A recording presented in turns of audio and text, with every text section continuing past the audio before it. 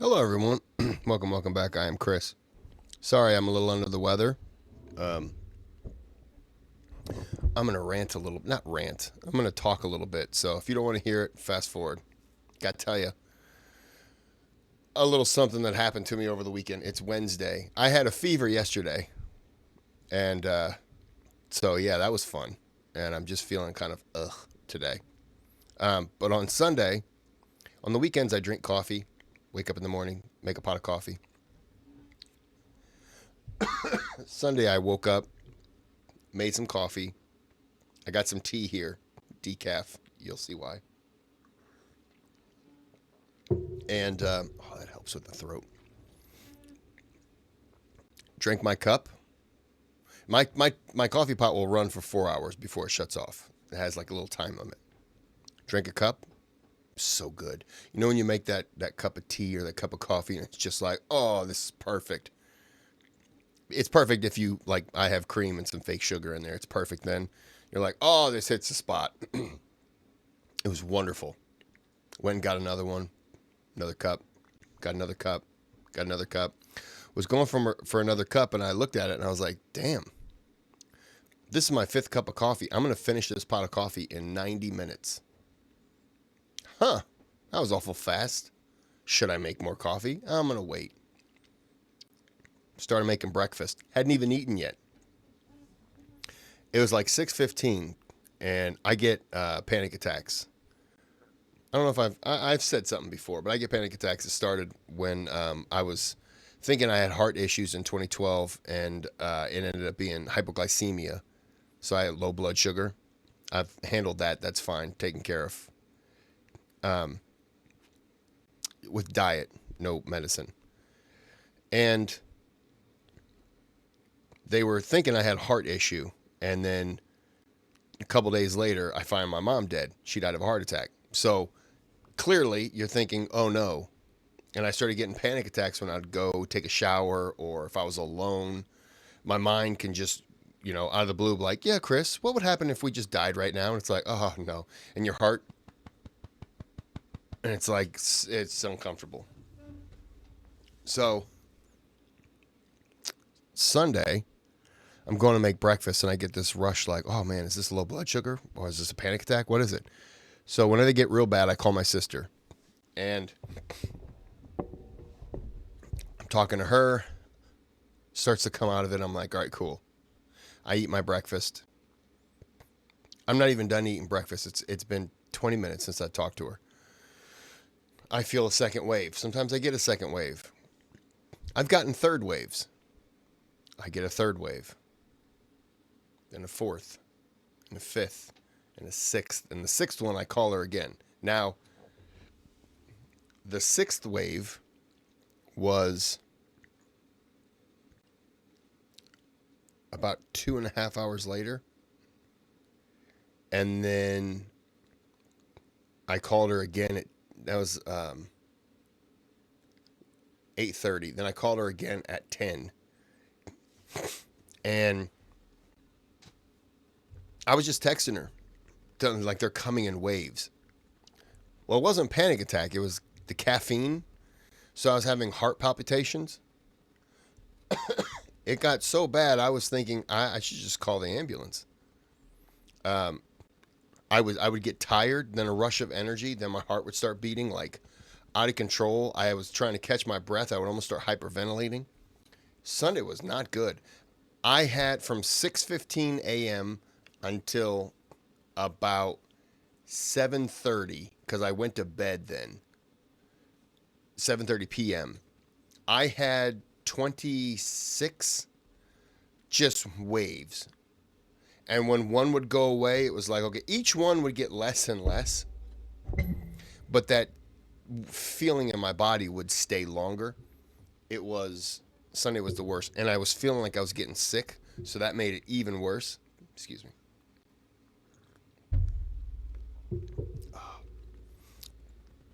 So that's why I said this is caffeine free. I haven't touched caffeine since. I'm scared, but I felt okay Monday. Felt kind of out of it, but I was okay. And then came home, took a shower Monday night, and just felt the fever kicking in. And it was like, oh man. So then Tuesday, I ran up to the store and grabbed a new temperature thing, and I was at 100 degrees Fahrenheit, and which isn't terrible. And then I got chicken broth and vitamins, like these little zinc vitamin pills and these immune blast pills, and all kinds of stuff. And I was just taking that and Powerade and Gatorade and mixing that in, diluting it down into my water and chugging that down. And I was peeing so much.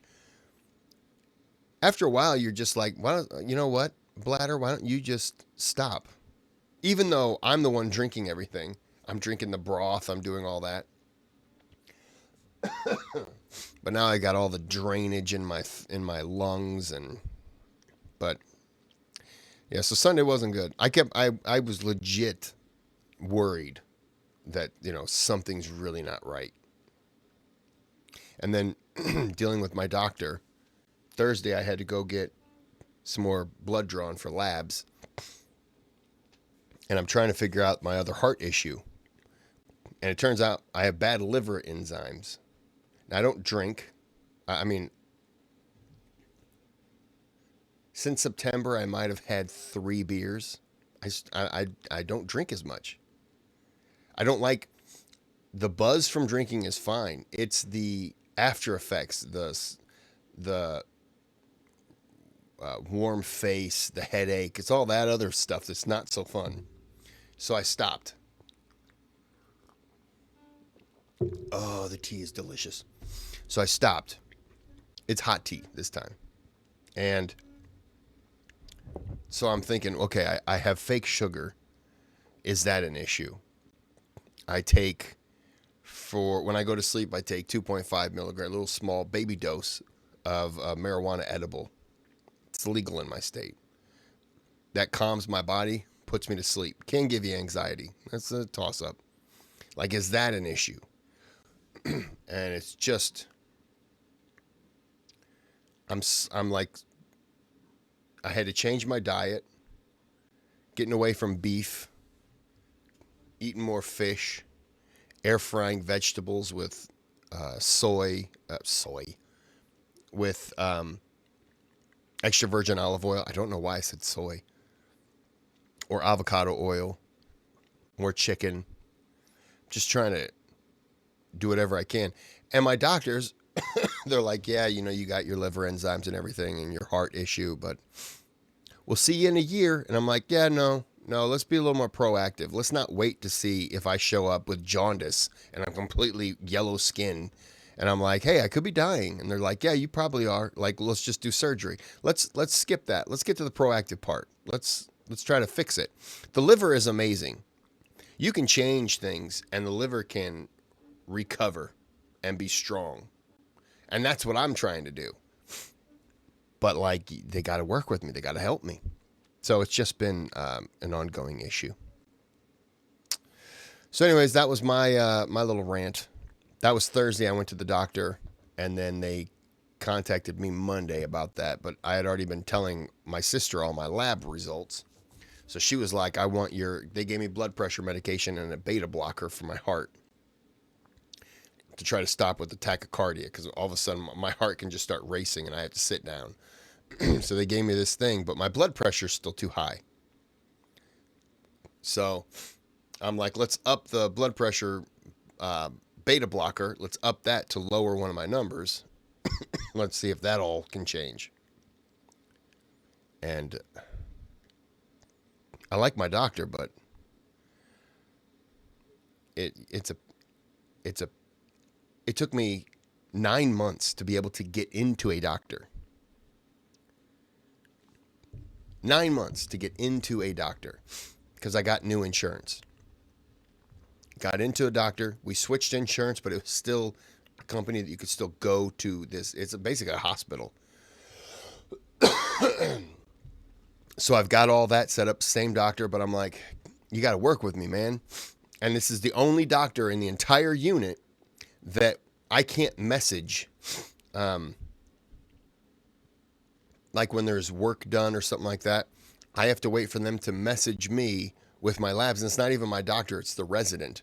And then, which is the assistant. So then I can reply, but I have like 24 hours to reply. Otherwise, I have to call. And if you call, then they're like, okay, schedule an appointment. Come in and talk to your doctor. Oh. And it's the only doctor in the entire place. And she's really nice, but I'm like, I might have to go somewhere. I might have to see someone else in there. Anyway, sorry. Just, I'm an open person, and maybe it's not always good to share, but I do. So we're going to get into this one. This obviously was requested. This is episode 7. Why do I look like this? Why me? Episode 7. It was a shorter video. That's why I decided to probably waste 5 minutes of your life. Anyways, if you can click that thumbs up, subscribe, and thanks. Subscribe, thanks, optional. So it's all optional, but I'll come to your house and physically take your hand and click the thumbs up. I won't do that. I'm too lazy. All right, let's get into the video. We've all been in this kind of gathering.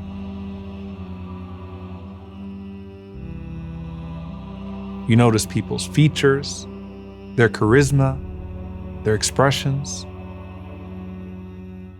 When you look around, how do you feel?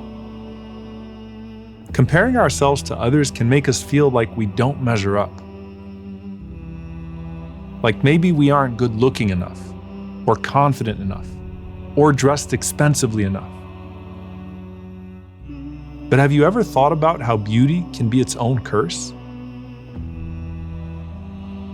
But what about the blessing and sense of peace that comes with letting go of the standards that the world demands of you?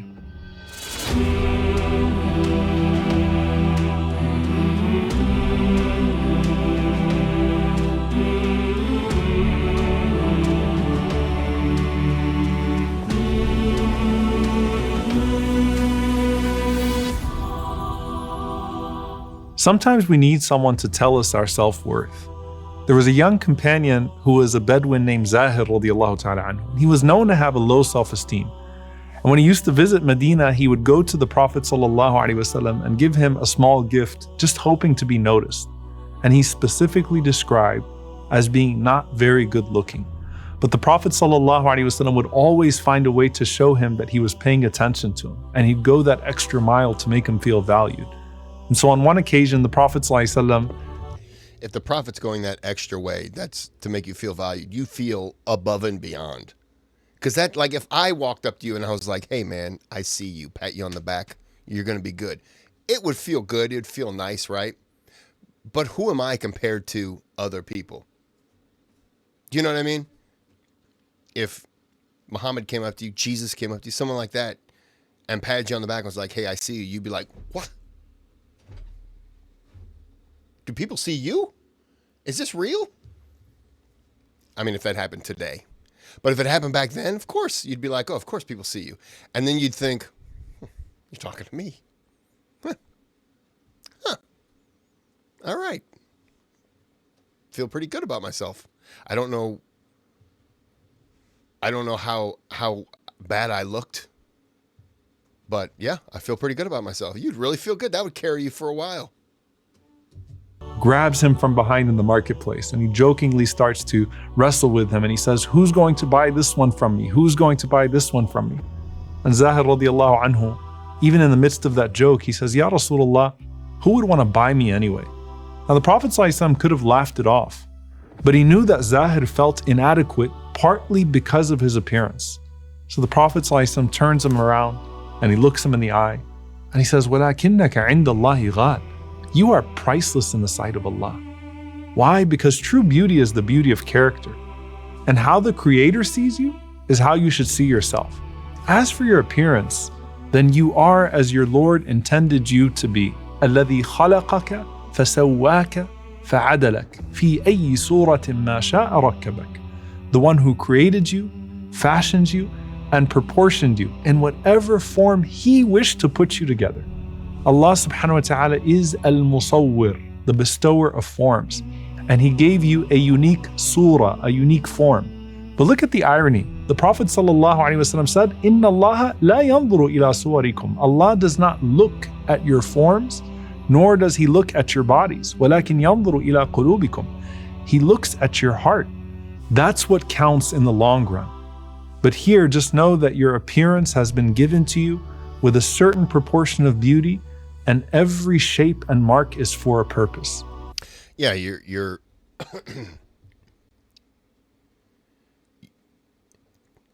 I don't know anyone who could say, yeah, supermodels, they're definitely going to heaven. Why? Because they're models? What does that do? They could be terrible human beings. They could be mean, rude.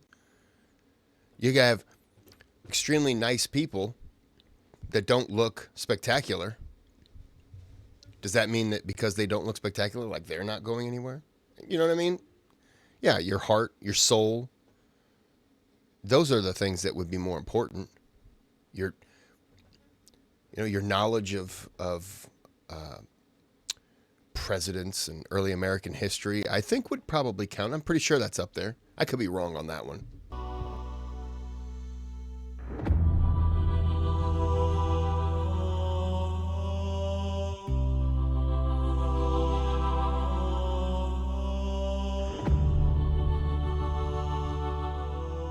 Allah subhanahu wa ta'ala tells us, don't be deluded by superficial beauty. وَإِذَا رَأَيْتَهُمْ تُعْجِبُكَ أَجْسَامُهُمْ وَإِنْ يَقُولُوا تَسْمَعْ لِقَوْلِهِمْ. And when you see them, their forms please you.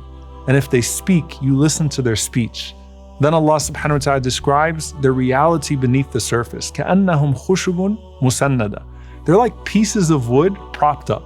And Imam al-Tabari rahimahullah says there's no goodness inside of them, no knowledge. إِنَّهُمْ صُوَرْ بِلَا أَحْلَامٍ. They're just like empty forms without purpose. Basically what he's saying is, there are too many people that are all form and no substance. And people who lack substance tend to seek satisfaction by others praising their form. And hence the obsession for likes on a social media app or seeking validation through selfies or filtered images. That reminds me, give me a thumbs up for how awesome I am, guys. Thanks, I appreciate it. The believer doesn't get lost in the form, and they know that in every birthmark, every supposed odd shape, in our height, in our body type, whatever it is, there's a purpose. And subhanAllah, the Prophet ﷺ mentioned that Uwais al-Qarni, radiyallahu ta'ala anhu, who asked Allah to cure him from leprosy, said, but oh Allah, leave the size of a coin. I apologize. I'm going to go back. I could feel myself starting to laugh as he said leprosy. I'm laughing at what I said because it was so stupid, but I didn't want to laugh when he's talking about somebody getting leprosy and you guys be like, wow, what a terrible human being Kris is laughing as he's talking about leprosy. Get the laugh out of me now. Yeah. Don't be one of those people, Kris. Yeah, I'm not. But give me a thumbs up. What a dope I am. All right. Let's talking about leprosy.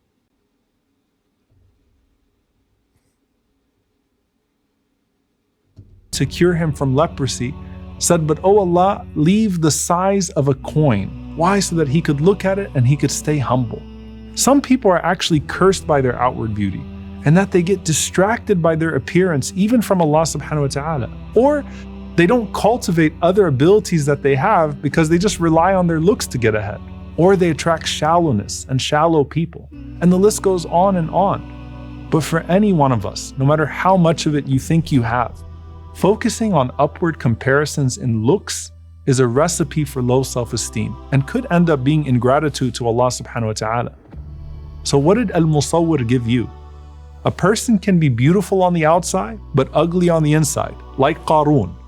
Or a person can be unattractive to others on the outside. Sorry, let me go back because I was laughing, but was there something about when he put his glasses on, was there something about binoculars? Hold on, I'm at 5:15. When you smell the biryana? I don't know what that is. I thought that said his glasses look like binoculars. I was too busy laughing at how stupid my comment was. All right, so I apologize. I'm guessing that he's sad because he's wearing glasses and the other people aren't.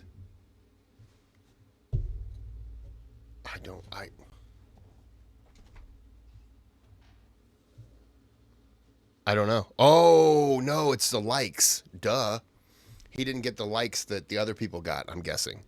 I'm sorry. All right, let's go back. He looks sad because I'm guessing the likes has to be the likes.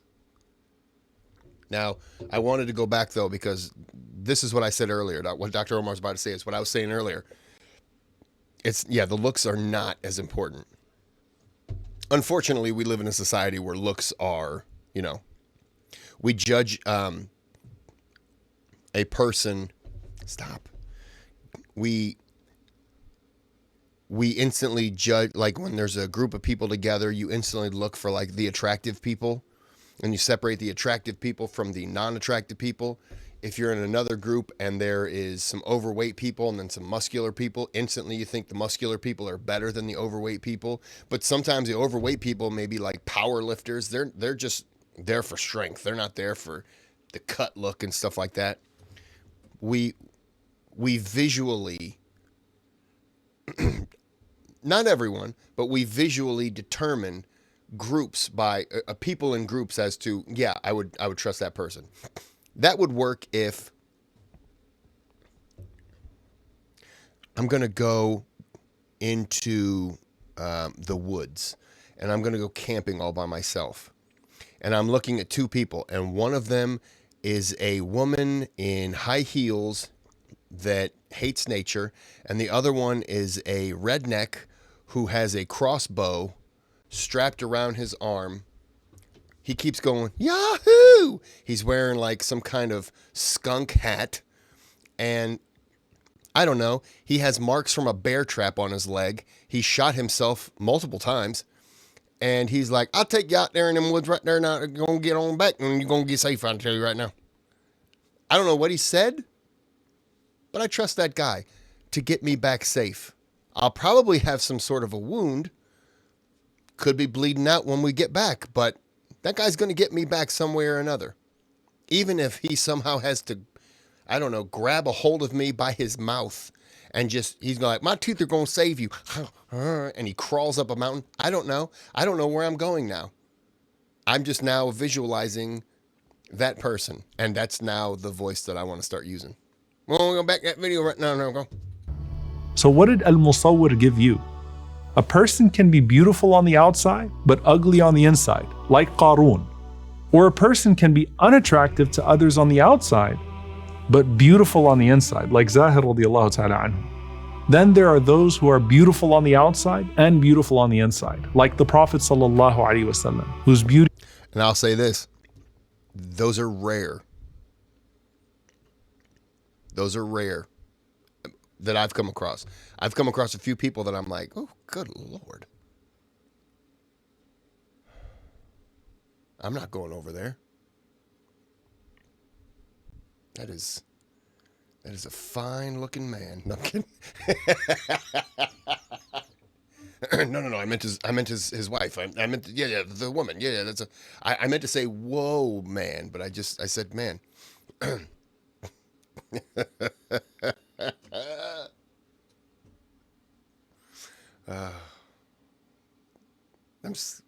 having fun right now. But yeah, I've met a few people that I'm just like, wow. And then you talk to them and I'm like, they gotta be fake. Because they're too nice. They're too caring. But it turns out that they just really are those people. He was described like the shining moon, or Yusuf alayhi salam, who was given half of beauty. But neither the Prophet ﷺ nor Yusuf alayhi salam found their value in their appearance. But their beautiful appearance would captivate the audience they were calling to Allah. So subhanAllah, someone might be tested with beauty and then use the leverage they have with it to bring about goodness. Like Abdullah ibn Abbas radiallahu anhuma. They said when you looked at him, you said he was the most beautiful of people. And when he spoke, you said he was the most intelligent of people. But he was using that to show people the beauty of Islam inside and out. And when a person starts noticing Allah, Their beauty standards changed to want to be noticed more by Allah. Look at Mus'ab ibn Umayr radiallahu ta'ala anhu, who was the most eligible bachelor of Mecca. Young, handsome, wealthy, a celebrity in every sense of the word. But he left all of that for Islam. When he passed away, he was covered in dirt in the battlefield with hideous wounds and not even a garment that could shroud his entire body. I mean, subhanAllah, Sahaba would cry decades after the martyrdom of Mus'ab, just remembering the sight of him at death. But if you think about it, he gave up his outward beauty and fashion trendsetting for inward beauty and righteous trendsetting. And look now, a young man who would have died a fashion model and been forgotten with his disappearance from this earth becomes this beautiful example that transcends time. We're still talking about him and naming our kids after him over 1,000 years later. His deeds became his garment of beauty. And that's what Uthman radiallahu anhu said, that whenever a person does an action, Allah clothes him with that deed. If the deed is good, then the garment is good. And if the deed is evil, then the garment is evil. You know the phrase, you are what you eat? Well, according to this statement, you appear to others how you act with Allah. Ibn Abbas radiallahu anhuma said, Inna lil hasanati ضياءً في الوجه ونورًا في القلب وقوة في البدن وسعة في الرزق ومحبة في قلوب الخلق.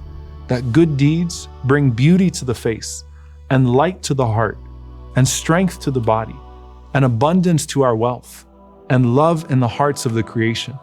If you think about it, these are the very things that people chase after in this world, but their true forms are found in virtue, not in vanity.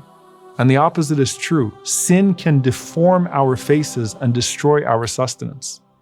But we all have some sins that Allah covers with His mercy. And the believer knows that any beauty they have is actually the beauty of Allah's veil upon them. Man akramak, innama akrama fika jamila sitrihi. فالحمد لمن سترك ليس الحمد لمن أكرمك وشكرك. Whoever honors you, honors only the beauty of his veil upon you. Therefore, praise is to him who veiled you, not to the one who praises you. That's why the Prophet ﷺ would make dua, Allahumma kama ahsanta khalqi fahassin khuluqi. Oh Allah, as you have beautified my appearance, then beautify my character. In other words, as you made me beautiful on the outside, make me beautiful on the inside. You notice in the dua that you're saying, oh Allah, you made me beautiful like it's a matter of fact, denoting that no matter what Allah gave you in terms of physical appearance, you're pleased with it and you thank Allah for it, while being fully focused on the potential of your character, which unleashes your true beauty.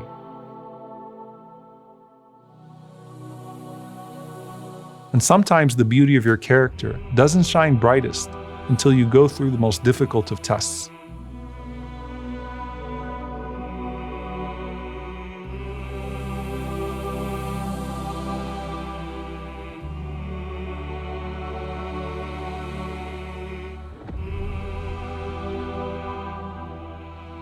Just as the Most Wise decreed you to look the way you do, just as Al-Musawwir shaped your physical attributes, He also decreed your rizq, your provision.